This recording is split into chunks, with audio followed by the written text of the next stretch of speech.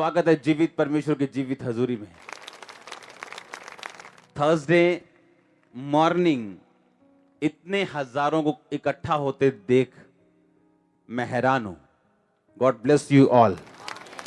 आपका फेथ बड़ा है, आपकी आशीष भी बड़ी होगी। मैंने कहा आपका फेथ बड़ा, आपकी आशीष भी बड़ी होगी। आपका विश्वास बड़ा, मैंने कहा आपकी आशीष बड़ी। अगर आमीन हो चाहिए आशीष आपकी। हालेलुया। जोर से तारीफ करो, जोर से जोर से। बैठ जाओ अपने शरीर में, आत्मा में आप मेरे साथ खड़े हैं। मेरा यह बिलीव है कि आज जो वर्ड आप सुनोगे ये आपको एक दिशा देगा, नई दिशा। आपको सेट करेगा, क्योंकि मैं होली स्पिरिट को आपके साथ चलते हुए देख रहा हूं। और जो वर्ड हम सुनने जा रहे हैं, बाइबल कहती कि वचन में वही ताकत है जो यीशु मसीह की सांसों में थी। और बाइबल कहती आदम को उसकी सांस के द्वारा रचा गया था। आदम को मिट्टी से बनाया गया और लिखा आदम परमेश्वर की सांस के द्वारा वो रचा गया। सांस जब आदम के अंदर गई तो लिखा आदम जीवता प्राणी बन गया। आप मिट्टी के सब जानते हैं, हम मिट्टी से बनाए गए और लिखा मिट्टी से निकलते मिट्टी में मिल जाते हैं। लेकिन ये मिट्टी में अगर सेम वचन जो आप पढ़ने और सुनने जा रहे हो, बाइबल कहती ये वचन वही सांस पाया हुआ वचन है जो सांस आदम के अंदर फूंकी गई थी। इसीलिए आप नोटिस करते हो कि जब लोग चर्च में आते, लोग कहते क्या हो जाता है चर्च में जाके, क्या है चर्च में, क्या हो जाएगा चर्च में जाऊंगा मैं तो। उन्हें ये मालूम नहीं कि चर्च एक धर्म स्थान नहीं, एक ऐसा स्थान नहीं जहां आप, क्योंकि आप बॉर्न क्रिश्चियन है तो आप जाएंगे, क्योंकि एक रिलीजियस प्लेस है। चर्च एक ऐसा स्थान है जहां वही सांस पाया हुआ वचन आप पवित्र आत्मा के द्वारा सुनते हो और कोई भी चीज फिर मुर्दा नहीं रहती। इसीलिए आप जब टेस्टिमनी सुनते लोगों की कि मैं अपने कैरियर में ब्लेस हुआ हूं, मैं अपने हीलिंग में ब्लेस हुआ हूं, मैं फाइनेंस में ब्लेस हुआ हूं, मैं अपने नशे मैंने छोड़े हैं, क्योंकि हर वो चीज जो मुर्दा है, बाइबल कहती है कि जितने मृतक, जितने मरे हुए यीशु मसीह के वचनों को सुनेंगे वो जी उठेंगे। अगर आपका फाइनेंस मरा हुआ है वो जी उठेगा। अगर आपका शरीर अंग मरे हुए हैं वो जी उठेंगे। अगर आपकी रिलेशनशिप्स मरी हुई हैं, घर में कोई एक दूसरे की सुनता नहीं, वो जी उठेगा। बाइबल ऐसा कहती है। और इसीलिए मैंने कहा ये एक वो रिलीजियस प्लेस नहीं है जहां आप 1 घंटा आके सिर्फ अपनी हाजिरी लगा के चले जाओगे। ये जीवित परमेश्वर का स्थान है जहां जीवित परमेश्वर का आत्मा बात करता है, जहां उसके अलग अलग अंग खड़े हैं काम करने के लिए। मैं अलग हूं, क्वायर अलग है, वॉलंटियर्स अलग हैं, आप अलग हैं, लेकिन एक ही आत्मा है जो हमें दिया गया और पिलाया गया। और बाइबल कहती जब हम ये वर्ड सुनते तो हम सेम नहीं रहते। लोग बोलते क्या होता है चर्च में, आप धर्म परिवर्तन करते हैं क्या? क्योंकि जब वर्ड आप सांस, यीशु मसीह ने सांस फूके इसमें, जो आप में फूके थे और आप जीवित हो गए थे, लिखा वो सेम वर्ड, वो सेम सांस इन वचनों में, सेम, कम नहीं। हालेलुया। सेम सांस, सेम जो आदम के अंदर फूकी गई थी, आप जब इसे पढ़ोगे आप लाइफ पाओगे। मैं आपको दावा करता हूं कोई ऐसी चीज आपकी लाइफ में मुर्दा नहीं रह सकती अगर ये वचन आपकी लाइफ में हो, वो कुछ भी क्यों ना हो। वो परिवार हो, वो फाइनेंस हो, वो शरीर हो, वो एनीथिंग। आमीन। और इसीलिए जब आप ये वर्ड पढ़ते हैं आपको हमेशा एक अजीब सी शांति अपने अंदर जाती महसूस होती है। और जब आप ये सुनते हैं आपको कुछ ऐसा लगता है कि कोई मिस्त्री आत्मिक मेरे आत्मिक घर को बना रहा है। आपको ऐसा लगता है कि स्वर्गदूत आपको छू रहे जब आप ये वचन सुन रहे हैं। आपको ऐसा लगता है परमेश्वर के ईश्वरीय प्लान के नीचे आ रहे हो और परमेश्वर आपके कानों में बात कर रहा है और आपको उठाने की वो तैयारी कर रहा है, अपना प्लान आपके कानों में डाल रहा है, जिस तरह अब हो रहा है आपकी लाइफ में। आप जैसे इस पंडाल के अंदर आपने एंटर किया है, आप सेम वापस नहीं जा रहे हो। और अगली टेस्टिमनी मैं आपकी सुनूंगा यीशु मसीह के नाम में। आप समझ रहे हैं मेरी बात को? ये वर्ड इंपॉर्टेंट, इतना इंपॉर्टेंट है। उसने कहा मैंने अपने नाम से अधिक महत्व अपने वर्ड को, अपने वचन को दिया। हालेलुया। हम एक लड़ाई में हैं, हाँ या ना? पर मूर्ख है वो व्यक्ति जो शरीर के साथ लड़ते हैं, क्योंकि हम एक आत्मिक लड़ाई में हैं। हमारी लड़ाई शैतान के साथ है। आमीन। और जब आदमी गलत लड़ाई लड़ता है वो थक जाता है, उसको रिजल्ट नहीं मिलता, वो फ्रस्ट्रेट हो जाता है। जब वो गलत लड़ाई लड़ते हैं, मांस और लहू के साथ लड़ते हैं, वो थक जाते हैं। शैतान उसकी लाइफ में अटैक करता है, उसकी पर्सनल लाइफ खराब हो जाती है लोगों की। क्योंकि जब आप मांस और लहू के साथ लड़ेंगे आपको कभी रिजल्ट नहीं मिलेगा। और अगर हमारी लड़ाई आत्मिक है तो हमारे हथियार भी आत्मिक हैं, क्योंकि इस बंदूक के साथ आप आत्मिक लड़ाई नहीं लड़ सकते हो। शैतान तलवार के साथ नहीं मर सकता, वो आत्मिक तलवार के साथ मरता है। एक औरत, एक्सीडेंट हो गया उसका और बिल्कुल लोअर बैक पे चोट लगी, पैरालाइसिस हो गया, टांगे महसूस होना बंद हो गई। क्रिश्चियन थी वो, और उसके बाद व्हील चेयर पे आ गई। थोड़ा बहुत गाती थी।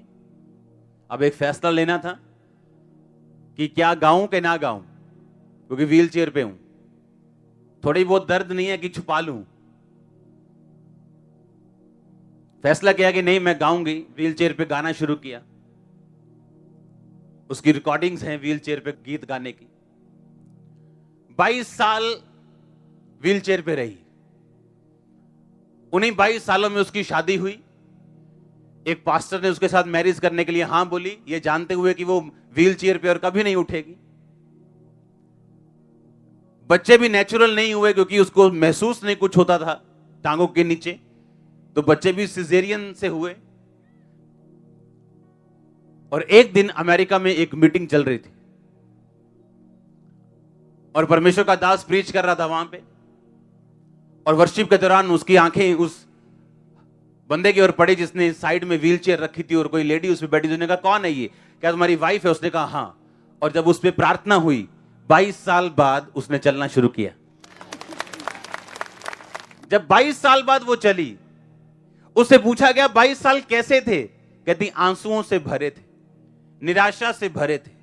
मैं ये सोचती थी कि कुछ सालों बाद मेरा हस्बैंड जब ज्यादा बूढ़ा हो जाएगा, मुझे किसी, जैसे यहां पिंगलवाड़े होते हैं, मुझे ऐसे किसी ओल्ड होम में जाना पड़ेगा, कोई केयर होम में जाना पड़ेगा। अपना प्लान बना रही थी वो। कहते क्या हुआ कि परमेश्वर ने आपको छुआ? कहती इन 22 सालों में मैंने कभी भी, चाहे मैं दुखी हूं, रोऊं, निराश हूं, मैंने वर्शिप करना कभी नहीं छोड़ा। कहते कभी नहीं छोड़ा। कहते ये नहीं मैं दुखी नहीं हुई, या ये नहीं मेरी आस नहीं टूटी। कहती एक टाइम था, 10 साल मेरी आस टूट चुकी थी, 10 साल। कहती मुझे 1% भी यकीन नहीं था।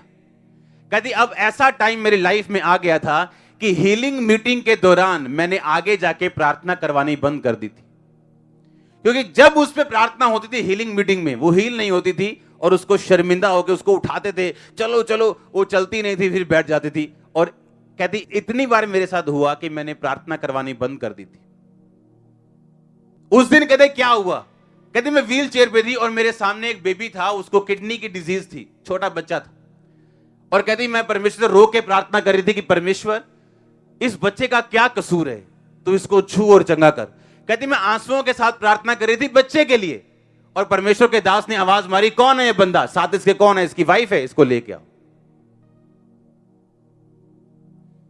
हर कोई चाहता है हीलिंग, हर कोई चाहता है कि मैं विक्टोरियस हो जाऊं, पर क्या आपको नहीं मालूम, जीत के लिए आपको आत्मिक रूप से लड़ना जरूरी है, और आत्मिक रूप से लड़ने के लिए उसके हथियार भी आत्मिक ही हैं। मैं चंगी हो जाऊं, ये इच्छा रखना हथियार नहीं है, ये आपकी एक इच्छा है। मुझे प्रभु बरकत दे दे, ये हथियार नहीं है, ये आपका प्लान है, ये आपका नक्शा है। ये ईंटें, बजरी, रेता, सीमेंट नहीं। आमीन। घर बनाने के लिए नक्शा चाहिए। अकेले नक्शे से घर बन जाएगा क्या? फिर सामान चाहिए। आज वो कलीसिया के पास वो सामान नहीं जिससे वो अपना घर बना सके, क्योंकि जब मुश्किल की टाइम आती है तो वर्शिप होनी बंद हो जाती है। इमेजिन करो, एक औरत परमेश्वर के बारे में गा रही है कि तू चंगा करने वाला परमेश्वर, और खुद व्हील चेयर पे। 5-10 महीने, 22 महीने भी मेरे ख्याल से बहुत ज्यादा होते, 22 साल। हालेलुया। और जब उस औरत की हीलिंग के बारे में मालूम हुआ, उसके शहर का मेयर उसे रिसीव करने के लिए आया, क्योंकि वो छोटी हस्ती नहीं थी, वो बहुत मशहूर थी व्हील चेयर पे। वो सिंगर थी व्हील चेयर, लोग उसे व्हील चेयर वाली सिंगर बोलते थे। बहुत मशहूर थी वो। डेड हो चुकी थी उसकी टांगे, 22 साल। बच्चे भी उसके नॉर्मल नहीं हुए। अगर आप लड़ना चाहते हैं, क्योंकि आप जीतना चाहते हैं, अगर जीतना चाहते तो हथियारों से लड़ना पड़ेगा, और हमारे हथियार आत्मिक है। वर्शिप एक हथियार है। वर्शिप इतना खतरनाक हथियार है कि अपनी लाइफ के डीपेस्ट निराशा के अंदर अगर आप वर्शिप करेंगे, आप जल्दी बाहर आएंगे। एंड में आप हंसेंगे। वो लड़ाई होती है ना, कहते ना आखिरी हंसी मेरी होगी, यानी जीत मेरी होगी। आप आखिरी हंसी हंसोगे, और आपका जो शैतान दुश्मन है वो शर्मिंदगी भरी निगाहों से नीचे देखता होगा। आप आखिरी हंसी हंसोगे। आपको ये समझ होनी चाहिए कि मेरे पास हथियार है, लेकिन वो है क्या? वर्शिप एक हथियार है। जब ये मालूम नहीं मेरा हथियार क्या है, हथियार इस्तेमाल कैसे करने हैं, तो रिजल्ट आना तो दूर की बात है। वर्शिप एक हथियार है। वर्शिप कोई रिलीजियस प्रैक्टिस नहीं है। जैसे आके रिलीजियस प्रैक्टिस करते हो, हाँ भी गीत चल रहे हैं, चलो गीत गा लो दो। नो, वर्शिप एक हथियार है। ये एक वेपन है शैतान के खिलाफ, बीमारियों के खिलाफ। ये एक हथियार है। इसलिए हर एक सीरियस क्रिश्चियन वो टाइम पे चर्च पे आता है हमेशा। और वर्शिप करनी नहीं, वर्शिप को एंजॉय करना है, एक एक सेकंड, एक एक पल का। आमीन। नाच के, झूम के, तालियों के साथ, कैसे भी। दाऊद से बड़ा राजा कोई नहीं था। और लिखा वो लड़कियों की तरह नाचता था जब वर्शिप करता था। उसकी वाइफ कहती थी, क्या तू, उसमें बाइबल में लिखा कंजरियों की तरह नाच रहा था। उसने कहा, जिस परमेश्वर ने मुझे ऊंचा किया उसके लिए मैं और नीचा होऊंगा। जिसने तेरे बाप का सिंहासन मुझे दिया। आमीन।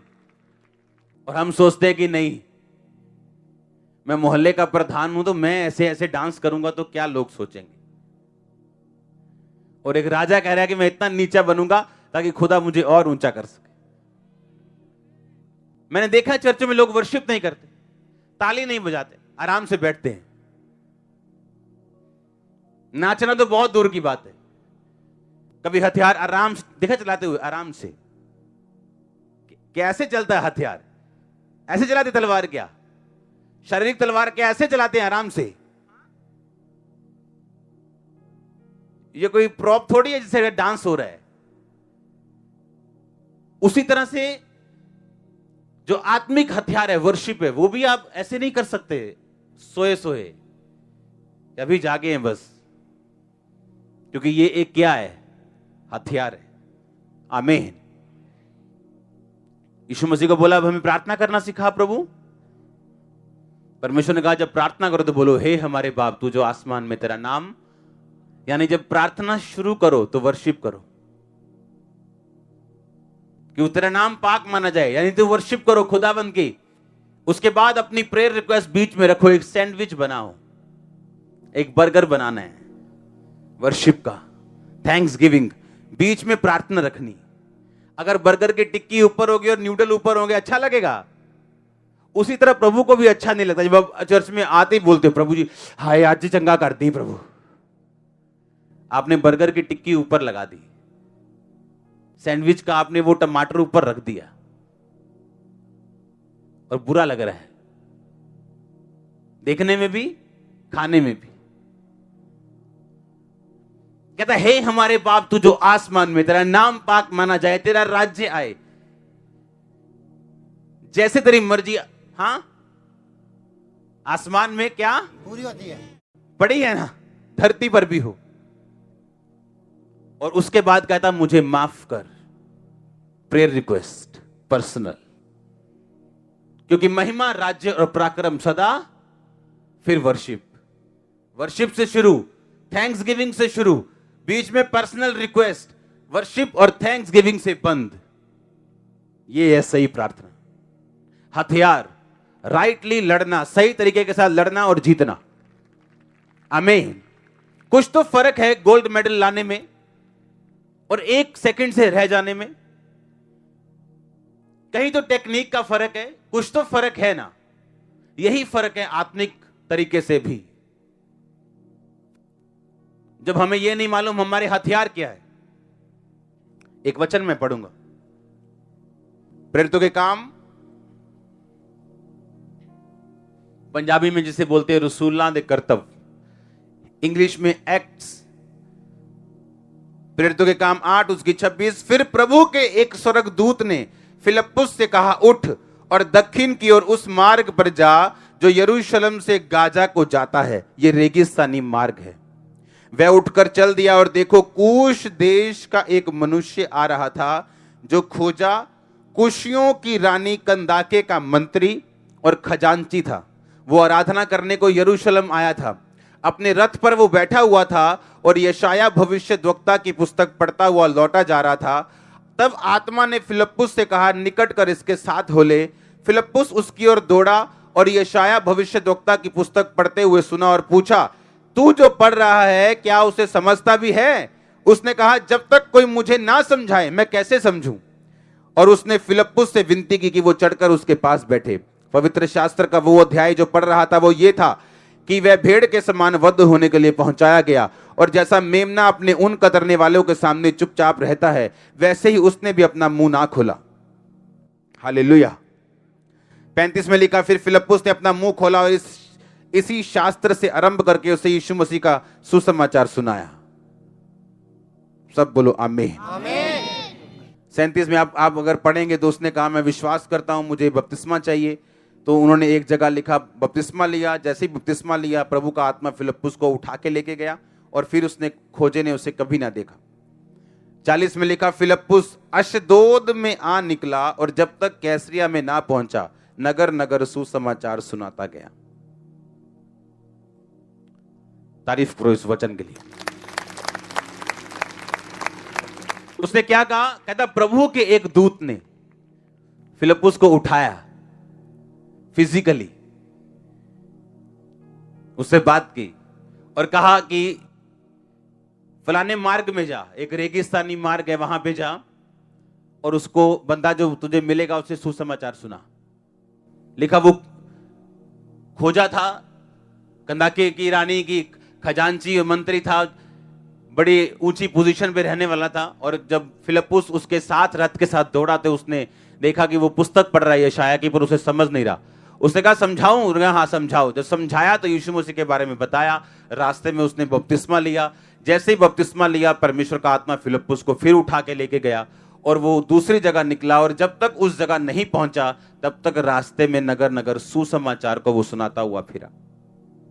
एक और वचन हम खोलेंगे इफिसियों की पुस्तक 6:10 में, इसलिए प्रभु में और उसकी शक्ति के प्रभाव में बलवंत बनो। अपने पड़ोसी को बोलो बलवंत बन। परमेश्वर के सारे हथियार बांध लो ताकि तुम शैतान की युक्तियों के सामने खड़े रह सको, क्योंकि हमारा यह मल्ल युद्ध लहू और मांस से नहीं परंतु प्रधानों, अधिकारियों और इस संसार के अंधकार के हाकिमों से और दुष्टता की आत्मिक सेनाओं से जो आकाश में है। सब बोलो आमीन। इसलिए परमेश्वर के सारे हथियार बांध लो कि तुम बुरे दिनों का सामना कर सको और सब कुछ पूरा करके स्थिर रह सको। अब हथियार आ गए आगे। इसलिए सच्चाई से अपनी कमर कसकर, धार्मिकता की झिलम पहनकर, पांव में मेल के सुसमाचार की तैयारी के जूते पहनकर। अपने पड़ोसी को बोलो, हथियार बांध, बलवंत हो, ताकि तुम सब कुछ पूरा करके स्थिर रह सके। आमीन। आपने एक हथियार के बारे में सुना जिसका नाम है वर्शिप। उसको पैटर्न बनाओ अपनी लाइफ का। जरूरी नहीं आपको गाना नहीं आता, थैंक यू जीसस, ये भी वर्शिप है। हां, जब आप गाड़ी में बैठने से पहले क्या बोल रहे हैं? Thank you Jesus. ये क्या है? वर्शिप। जरूरी नहीं आपके पास अच्छा गला हो तभी आप वर्शिप कर सकते हो। थैंक यू जीसस, ये वर्शिप है। हालेलुया, ये क्या है? ये वर्शिप है। वर्शिप वाले दिमाग, दिल, आत्मा के साथ आगे चलो। और उसने कहा, सत्य से अपनी कमर कस, धार्मिकता की झिलम पहन, पांव में मेल की तैयारी के, सुसमाचार की तैयारी के क्या पहन? इसका मतलब सुसमाचार को सुनाना भी मेरा एक क्या है? एक हथियार है। मैं आपसे एक क्वेश्चन करना चाहता हूं, पिछले 1 महीने में कितने लोगों को आपने सुसमाचार दिया?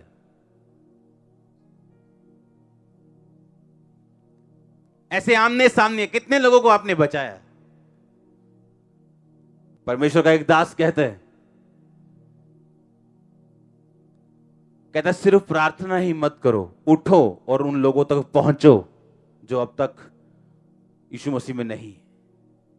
प्रार्थना करो, लेकिन सिर्फ प्रार्थना करने से सब कुछ नहीं होगा, आपको पहुंचना भी पड़ेगा लोगों तक। कल मैं प्रेयर माउंटेन की जगह देखने के लिए जा रहा था, जो हमारे बिल्कुल इधर वाली साइड है, और प्रेयर माउंटेन जल्दी शुरू हो जाएगा।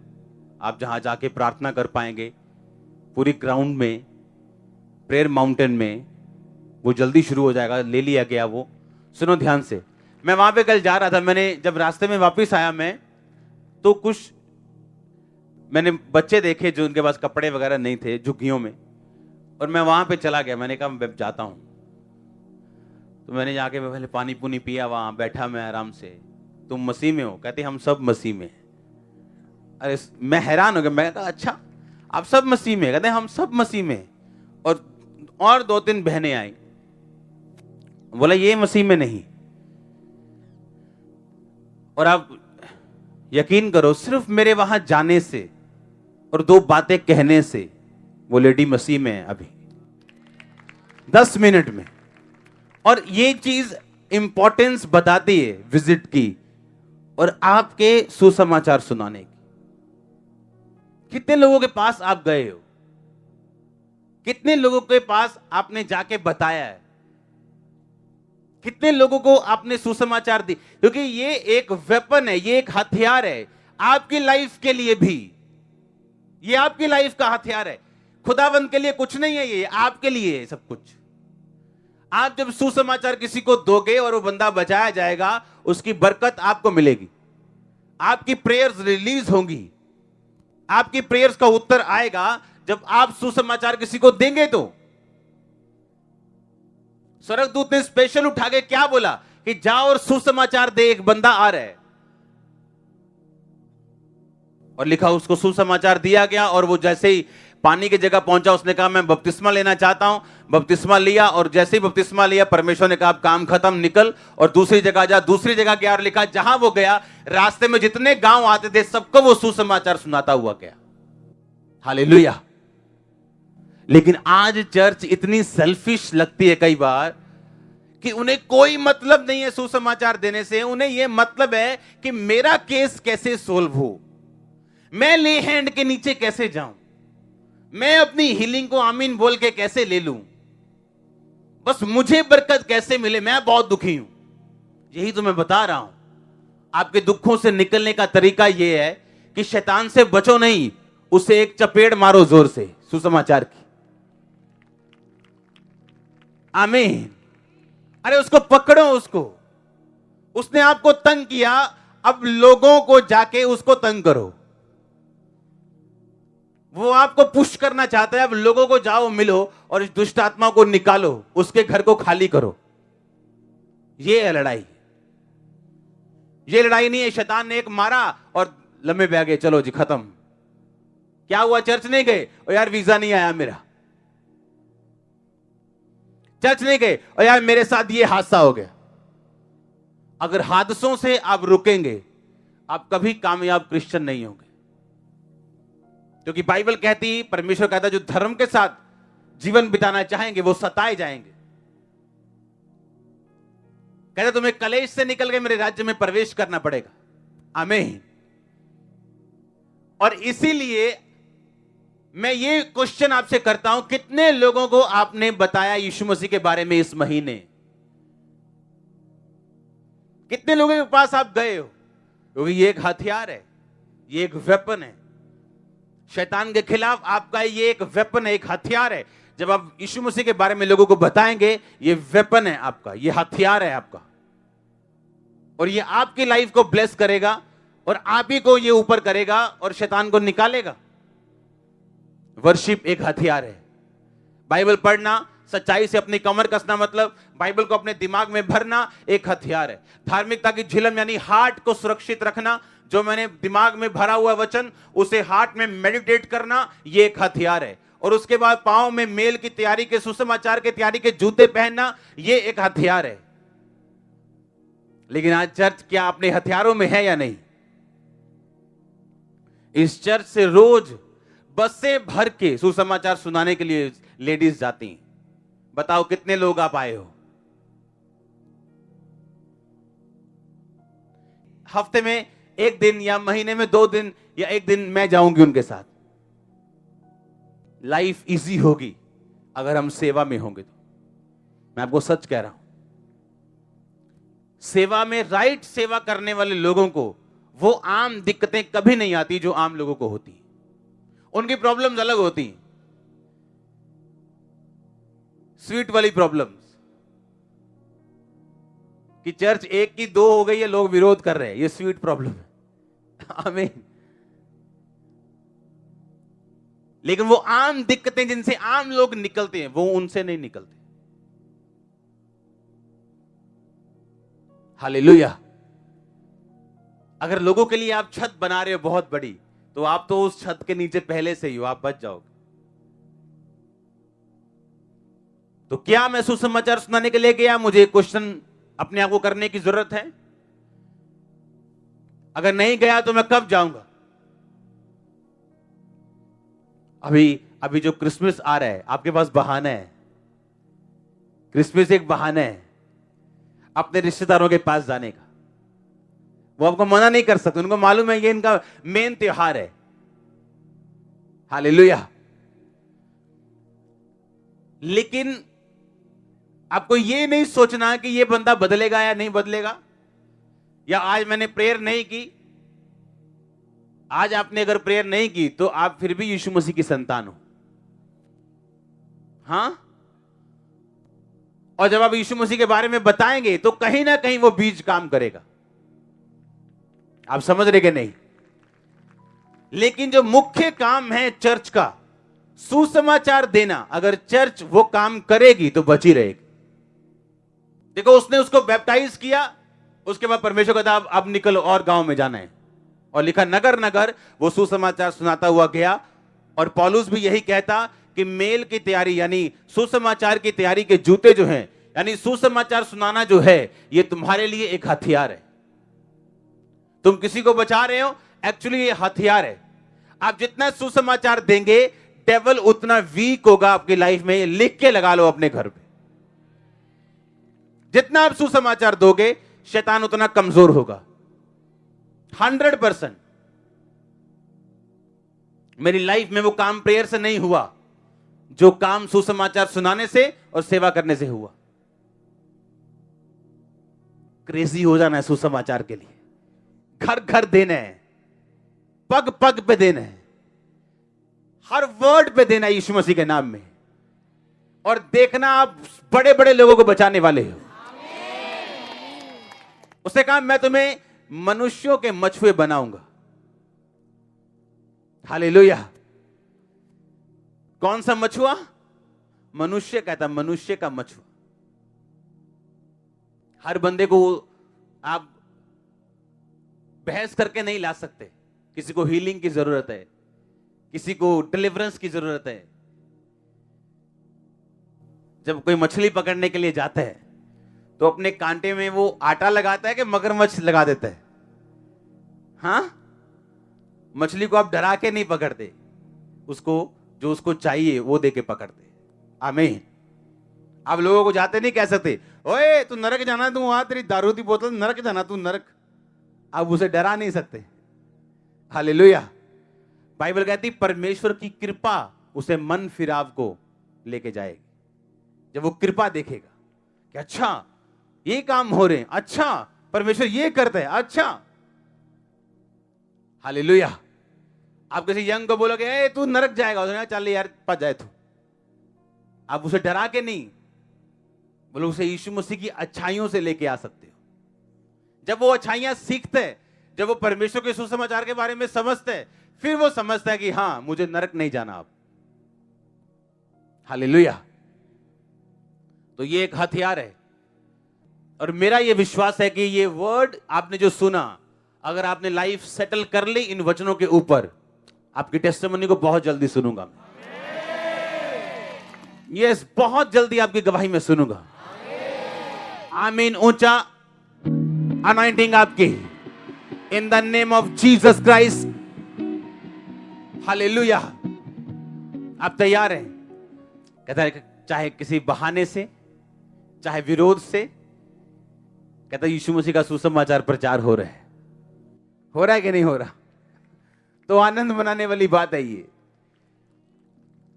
मतलब आधा घंटा डेली भंगड़ा डालना चाहिए रोज, वैसे ही। आमीन। क्योंकि जो सुसमाचार अगर आप नहीं कर रहे हो, हाँ कितना कर लोगे? अभी कर लोगे, फिर सोना भी तो है ना। आप सो रहे हो, लोग कर रहे हैं आपके बारे में आप सोए भी नहीं हो, मतलब आप कर रहे हो लगातार। हालेलुया। आप रेस्ट कर रहे हो, मीडिया कर रहा है। आप रेस्ट कर रहे हो, लोग कर रहे हैं। ये इंजॉय वाली बात है। आमीन। स्वर्ग में जितना सताव होगा, हमारा कद उतना ऊंचा और रैंक उतना बड़ा होगा। इसलिए यीशु मसीह ने कहा स्वर्ग में उन लोगों का प्रतिफल बड़ा होगा। स्वर्ग में सबके घर एक जैसे नहीं है। किसी को क्वार्टर मिलने, किसी को कोठी मिलनी, किसी को फार्म हाउस मिलने, किसी को शहर पूरा का पूरा मिलना है। अभी काम कर लो जितना करना है, ऊपर जाके कुछ काम नहीं होगा। अगर सिर्फ बरकत लेने वाली चर्च है तो क्वार्टर रेडी होगा ऊपर, वो भी सुंदर होगा, पर किसी किसी का फार्म हाउस भी रेडी होगा। आमीन। तो तैयार रहो लोगों को लेके जाने के लिए, खींचने के लिए। आमीन। उठाओ अपने हाथों को, थैंक यू जीसस। हिलाओ हिलाओ हिलाओ, वर्शिप करो। वर्शिप मतलब थैंक यू जीसस, वर्शिप मतलब सॉन्ग, किसी भी तरह से करो।